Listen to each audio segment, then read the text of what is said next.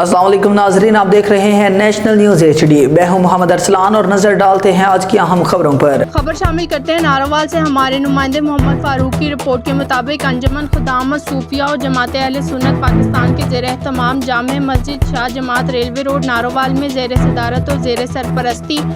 خطیب الاسلام شیر اہل سنت سجادہ نشین مخدوم ملت حضرت علامہ مولانا الحاج پیر قاضی محمد یعقوب رضوی بسلسلہ مراد نبی خلیفہ الثانی امیر المومنین سیدنا فاروق اعظم اور نواسہ رسول صلی اللہ علیہ وآلہ وسلم سید الشہداء امام عالی مقام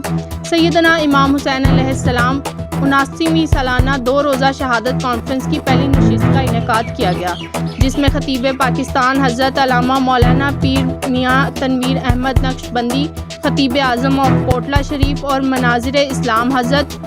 علامہ مولانا مفتی محمد شاہد رضوی نے خصوصی خطاب کرتے ہوئے فلسفہ شہادت بیان کیا اور صحابہ کرام کے کردار اور سیرت پر مفصل و جامع گفتگو کی۔ اس موقع پر علماء کرام، نعت خواں حضرات، معززین علاقہ کے علاوہ امیر حلقہ تنظیم فیضان